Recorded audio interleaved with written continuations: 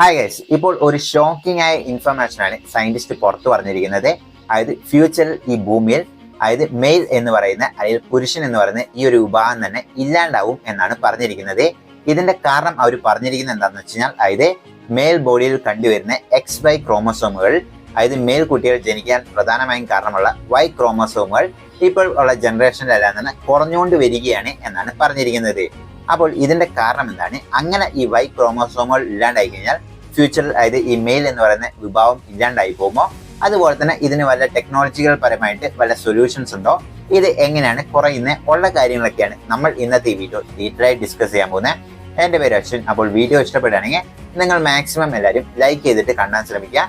അപ്പോൾ നമുക്ക് ഈ വീഡിയോ കൂടുതലും റെക്കമെൻഡ് ചെയ്യും, അങ്ങനെ വൈറലാകുകയും ചെയ്യും. അപ്പോൾ നിങ്ങൾ മാക്സിമം ലൈക്ക് ചെയ്തിട്ട് കാണാൻ ശ്രമിക്കുക. ഇപ്പോൾ നമുക്ക് വീഡിയോയിലോട്ട് കിടക്കാം. അപ്പോൾ യഥാർത്ഥത്തിൽ എന്താ സംഭവിക്കുന്നത് നമുക്ക് നോക്കാം. ഇപ്പോൾ റീസെന്റ് ആയി സയന്റിസ്റ്റിന്റെ സ്റ്റഡി പറഞ്ഞിരിക്കുന്നത് എന്താ വെച്ചാൽ അതായത് മെയിൽ ബോഡികളിലും അതുപോലെ തന്നെ ഈ ഹ്യൂമൻ ബോഡികൾ XY ക്രോമസോമുകൾ Y ക്രോമസോമുകൾ സിങ്ക് ആയിക്കൊണ്ടിരിക്കുക അല്ലെങ്കിൽ റെഡ്യൂസ് ആയിക്കൊണ്ടിരിക്കുക എന്ന് പറയുന്ന ഒരു ഷോക്കിംഗ് ആയ ഇൻഫർമേഷൻ ആണ് പുറത്തുവിട്ടിരിക്കുന്നത്.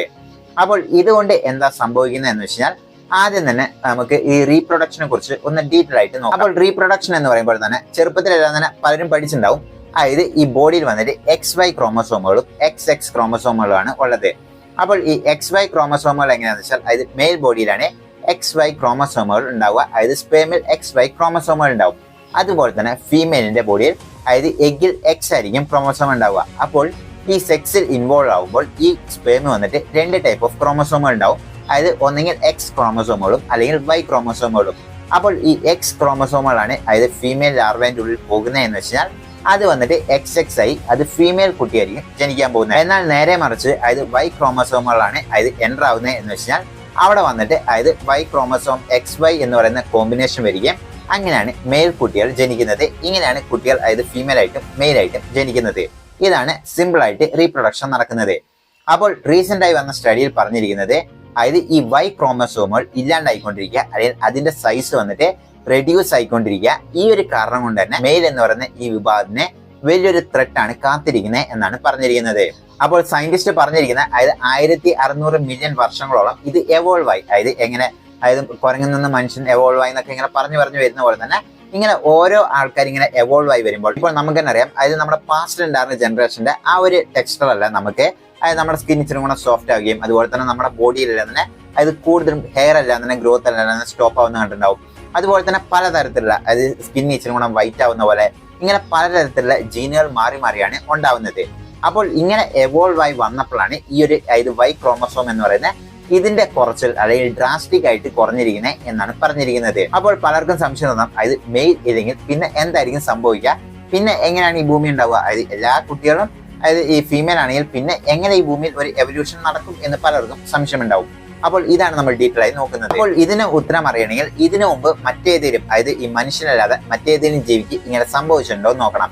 അപ്പോൾ സയന്റിസ്റ്റ് കണ്ടുപിടിക്കുമ്പോഴാണ് മനസ്സിലായത് അതായത് ജാപ്പനീസിൽ മോൾ റാറ്റ് എന്ന് പറയുന്ന ആ ഒരു വകയിലുള്ള അതായത് റാറ്റിനും അതുപോലെ തന്നെ കുറെ മീനുകൾ അതായത് മീനുകൾ പല സ്പീഷീസ് ഉണ്ടല്ലോ, അതിൽ ചില മീനുകൾക്കും ഈ Y ക്രോമസോമുകൾ നഷ്ടപ്പെട്ടതായിട്ട് അവർ കണ്ടു.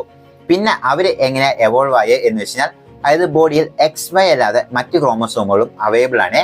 അപ്പോൾ ഈ ക്രോമസോമുകൾ അതായത് ലിങ്ക് ആയിട്ട് ഒരുപക്ഷെ അതായത് ഇതേപോലെയല്ല ഒരുപക്ഷെ അതിൽ ഉണ്ടാവുന്ന ഒരു ചാൻസസ് അതായത് ടെമ്പറേച്ചർ വെച്ചിട്ടായിരിക്കും, അതുപോലെ തന്നെ ക്ലൈമറ്റ്, അതുപോലെ തന്നെ അതായത് ഓരോ സ്ഥലം വെച്ചിട്ടും ജോഗ്രഫി ഇങ്ങനെയുള്ള പല സാഹചര്യം വെച്ചിട്ടായിരിക്കും പിന്നെ ഒരു അതായത് മെയിൽ ആണോ ഫീമെയിൽ ആവണോ എന്ന് തീരുമാനിക്കാൻ പോകുന്നത് എന്നാണ് പറഞ്ഞിരിക്കുന്നത്. അതായത് ഇപ്പോൾ ഈ ഒരു സ്പീഷീസിലെല്ലാം തന്നെ ഇപ്പോൾ ചില ടെമ്പറേച്ചറിൽ പോകുമ്പോൾ ആ ഒരു സമയത്ത് ജനിക്കുന്ന കുട്ടികൾ അതായത് ഈ സ്പീഷീസിലുള്ള മീൻ കുട്ടികളെല്ലാം ജനിക്കുകയാണെങ്കിൽ അതിൽ കൂടുതലും ഫീമെയിൽ ആയിരിക്കും, ചില ഏരിയയിൽ പോകുമ്പോൾ അത് കൂടുതലും മെയിൽ ആയിരിക്കും. ഇങ്ങനെ മാറി മാറി വരും. അപ്പോൾ പിന്നീട് ക്ലൈമറ്റ് ബേസ്ഡ് ഒക്കെ ആയിരിക്കും പിന്നീട് ഈ അതായത് ജനറേഷൻ തീരുമാനിക്കാൻ പോകുന്നത് എന്നാണ് പറഞ്ഞിരിക്കുന്നത്.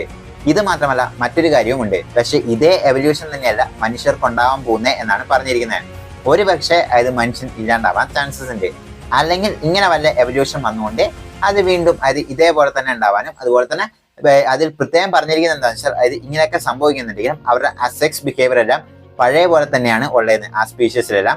അതുകൊണ്ട് അതിൽ വലിയ വ്യത്യാസമില്ല. അതുകൊണ്ട് അതേപോലെ സംഭവിക്കാനും സാധ്യതകൾ ഉണ്ട് എന്ന് പറഞ്ഞിട്ടുണ്ട്. അപ്പോൾ പലർക്കും ഇത്രയും കേൾക്കുമ്പോൾ മറ്റൊരു സംശയം തോന്നും അതായത് ഇത് എത്ര വർഷം കൊണ്ട് ചിലപ്പോൾ എത്തുന്നത്. അപ്പോൾ ഇത് എത്ര വർഷം കൊണ്ട് എത്തും എന്ന് ചോദിച്ചു കഴിഞ്ഞാൽ അതായത് ഇത് കംപ്ലീറ്റ് ആയിട്ടും പറയാൻ പറ്റില്ല. പക്ഷെ സയന്റിസ്റ്റ് പറഞ്ഞിരിക്കുക അടുത്ത 1 മില്യൺ വർഷങ്ങൾക്ക് വേണ്ടി ഇത് വലിയ പ്രശ്നങ്ങളൊന്നും ഉണ്ടാവില്ല. അതായത് മില്യൺ വർഷത്തോളം ഇത് വലിയ പ്രശ്നം ഉണ്ടാവില്ല. അപ്പോൾ തന്നെ വീഡിയോ മേക്ക് ചെയ്യുന്ന ഞാനും അതുപോലെ തന്നെ വീഡിയോ കാണുന്ന നിങ്ങളുടെ ഒരു 10-100 തലമുറ എല്ലാം തന്നെ വന്നു പോയിട്ടുണ്ടാവും. അതുവരെ ഒരു പ്രശ്നവും ഉണ്ടാവില്ല എന്നാണ് പറഞ്ഞിരിക്കുന്നത്. അത് കഴിയുമ്പോഴായിരിക്കും ഈ ഒരു പ്രശ്നം ഉണ്ടാവാൻ പോകുന്നത്. അപ്പോൾ തന്നെ ടെക്നോളജി എല്ലാം അഡ്വാൻസ്ഡ് ആയി വേറെ എന്തെങ്കിലും കാര്യങ്ങളും ഇതിൽ ഉള്ളിൽ വരാനുള്ള സാധ്യതകളുണ്ട്. അപ്പോൾ ഇതാണ് യഥാർത്ഥത്തിൽ പറഞ്ഞിരിക്കുന്നത്. ഇതുകൊണ്ട് അതായത് മേൽ കുട്ടികളുടെ അതായത് ജനനസ് ഒക്കെ കുറയാനും സാധ്യതകൾ ഉണ്ട് എന്ന് മാത്രമാണ് ഇപ്പോൾ വ്യക്തമാക്കിയിരിക്കുന്നത്. അപ്പോൾ നിങ്ങൾ എന്താണ് തോന്നുന്നത്? കമന്റ് ബോക്സിൽ മെൻഷൻ ചെയ്യുക. See you next video.